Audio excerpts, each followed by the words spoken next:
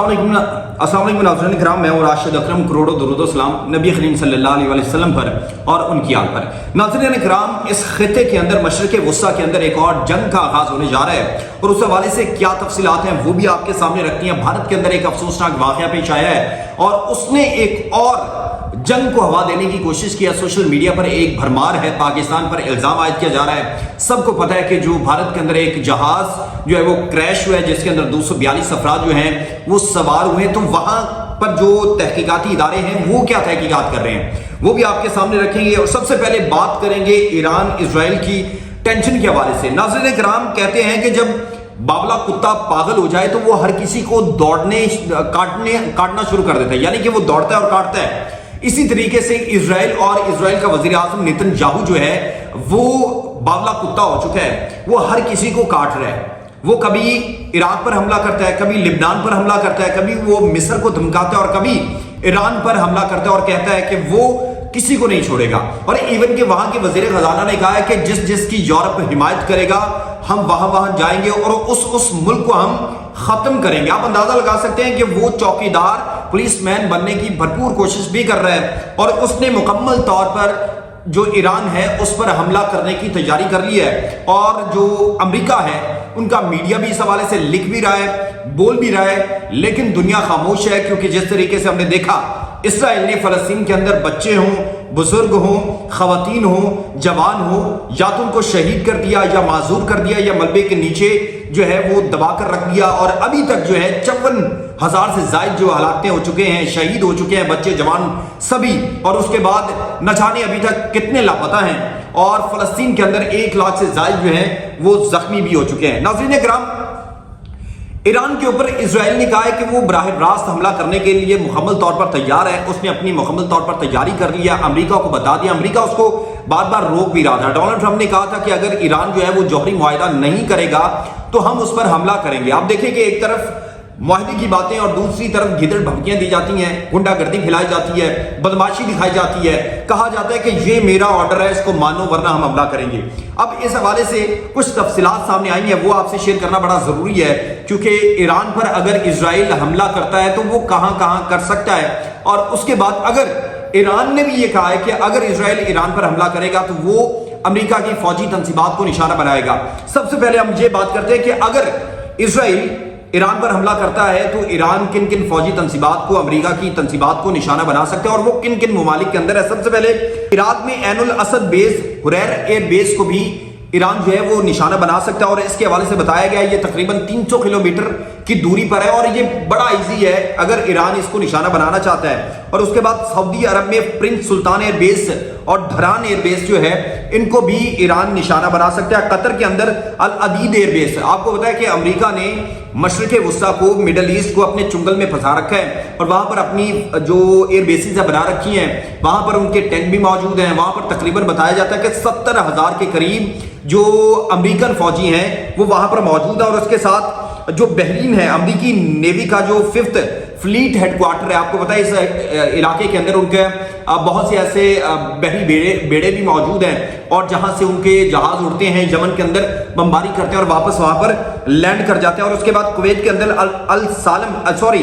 Salam air base को भी जो ईरान है, याद रखें कि ये ईरान इनको निशाना बना सकता है। और उसके बाद बहरीन के अंदर भी इसी तरीके से जो है उनकी एयरबेसिस को निशाना बनाया जा सकता है। और अमारात के अंदर अल जफरा एयरबेस को भी जो है ईरान निशाना बना सकता है। ईरान ने कहा है कि अगर हमारी खुद मुख्तारी को निशाना बनाया गया, हम पर हमला किया गया, हमारे असासों को नुकसान पहुंचाया गया, तो अमेरिका का कोई भी असासा जो है वो महफूज नहीं रहेगा। और इसी तरह उर्दन के अंदर भी जो उनकी रेड लाइन और खुफिया एयरबेसिस हैं उनको भी जो है ईरान निशाना बना सकता है। तो आप देखें कि ये मशरिक़ वुस्ता, अगर इजराइल जो है वो ईरान पर हमला करता है तो फिर मिडल ईस्ट यानी मशरिक़ वुस्ता का एक एक इंच जो है वो आग में चला जाएगा, आग के दहाने पर पहुंच जाएगा, जंग शुरू हो जाएगी और बहुत बड़ी जंग होगी। ये जिसे हम कहते हैं ना कि तीसरी आलमी जंग का आगाज, ये बाकायदा तौर पर वही आगाज होगा जिसका सबको इंतजार है और जो लोग इस हवाले से बातें करते हैं, जिक्र करते हैं। लेकिन दूसरी जानिब ईरान भी इतना कमजोर नहीं है। ईरान ने भी अपनी तैयारी मुकम्मल कर रखी है और उनकी जो IRIB जो एक मीडिया एजेंसी है उसने इस हवाले से कुछ दावा किया कि ईरान ने जो ٹیکنیکل معلومات ہیں اور جو اسرائیل کے جو ہم کہہ سکتے ہیں ایٹمی اثاثے ہیں اس کے حوالے سے انفارمیشن ایران کے پاس بھی پہنچ چکی ہے۔ آپ کو یاد ہوگا کہ 2020 کے اندر اسرائیل نے کچھ لوگوں کو پکڑا تھا اور کہا تھا کہ انہوں نے ایران کے ساتھ جو ہماری نیوکلیر وارہیڈ جہاں پر موجود ہے یا وہاں کی جو تنصیبات ہیں اس کی معلومات وہاں تک پہنچائی ہیں، ایران کو دی ہیں۔ تو اس وجہ سے ایران نے بھی اس حوالے سے اپنی جو تیاری ہم کہہ سکتے ہیں کہ وہ مکمل کر لی، اور اس وجہ سے اب ان کو پریشانی کا سامنا بھی ہے، مرچیں بھی لگی ہوئی ہیں، تو وہ بھی آپ سے شیئر کرتے ہیں۔ سب سے پہلے یہ بات کریں گے کہ جو ایران ہے اگر حملہ کرتا ہے اسرائیل کے اوپر تو وہ کن کن ہتھیاروں کا استعمال کر سکتا ہے۔ ایران کے پاس آپ کو پتہ ہے کہ بہت سے بیلسٹک میزائل بھی ہیں، سپر سونک میزائل بھی موجود ہیں، بڑی تعداد میں ڈرون بھی موجود ہیں۔ وہ آئے روز اپنے میزائل کی جو سرنگیں ہیں، اپنے وہ میزائل سٹیز ہیں وہ دکھاتا ہے، یعنی کہ ایران مکمل طور پر تیار ہے۔ ایران اپنے کون سے ہتھیار استعمال کر سکتا ہے اسرائیل کو استعمال کرنے کے لیے، کیونکہ ظاہر سی بات ہے وہ ڈائریکٹ ان پر حملہ نہیں کر سکتا ہے، ری فیولنگ ان کے جہازوں کو کرنی پڑے گی اور اس کے بعد وہ ایران تک پہنچیں گے، اور ایران کو جغرافیائی طور پر بھی ایک بہت بڑی شیلڈ، یعنی کہ اس کا جو جغرافیہ ہے وہ پہاڑوں سے ڈھکا ہوا ہے۔ ایک پاکستان کی سائڈ ہے جو بالکل خالی ہے، باقی اس کو ایک قدرتی شیلڈ بھی حاصل ہے، یہ بھی یاد رکھیے گا۔ لیکن یہاں پر سوال بہت اہم ہے، جہاں پر ایک طرف مذاکرات کی بات، دوسری طرف اسرائیل جو ہے وہ براہ راست اسرائیل پر جو ایران پر حملہ کرنے کی تیاری کر رہا ہے، تو اس کا مطلب ہے کہ دنیا جو ہے وہ ایک اور تماشا دیکھنا چاہتی ہے، ایک اور بیگل بجانا چاہتی ہے، ایک اور ڈھنڈورا پیٹنا چاہتی ہے۔ لیکن یہ یاد رکھیے گا، ایران نہ تو مصر ہے، نہ عراق ہے، نہ شام ہے، نہ لبنان ہے کہ وہ جس کے اوپر جو ہے وہ اپنے گھوڑے دوڑا دے گا اور جس کے اوپر وہ حملہ کرنا چاہے کر لے گا۔ تو اس کو یہاں پر بہت ہی شدید، اور خاص کر جو امریکہ ہے اس کو شدید نقصان کا سامنا بھی کرنا پڑے گا، اور میرے خیال سے اتنا ایران کا نقصان نہیں ہوگا جتنا جو امریکہ ہے اس کو اپنے فوجی اڈوں کی صورت میں، اپنی جو تنصیبات کی صورت میں نقصان اٹھانا پڑے گا، اور یہ خطہ جو ہے یہ آگ کے اندر چلا جائے گا۔ دوسری جانب جو بھارت ہے اس کے اندر ایک جو مسافر بردار طیارہ جو ہے وہ کریش ہوا ہے، اور تقریباً افسوسناک یہ خبر ہے 242 جو مسافر ہیں وہ اس کے اندر ہلاک ہوئے ہیں۔ 53 تقریباً برطانوی شہری تھے، 7 پرتگالی تھے، 1 کینیڈین تھا، اور 169 جو ہے بتایا جا رہا ہے کہ یہ لوگ بھارت کے رہائشی تھے۔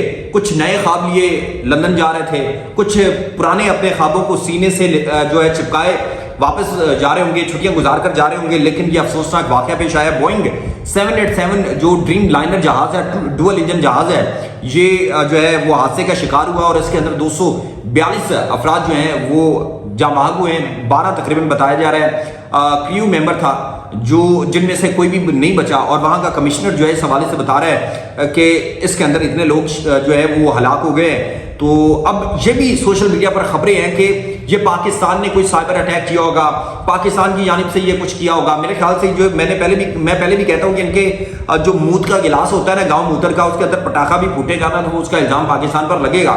تو یہ وہی حرکتیں کرتے ہیں۔ دیکھیں، ایک آپ کا جہاز ایئر انڈیا کا جہاز جو ہے وہ کولیپ کرتا ہے، وہ جو ہے کریش کر جاتا ہے، 242 لوگ مر جاتے ہیں، آپ ان کی میتوں کے ساتھ مذاق کرتے ہیں۔ آپ کو شرم آنی چاہیے، اگر آپ کو افسوس کرنا چاہیے۔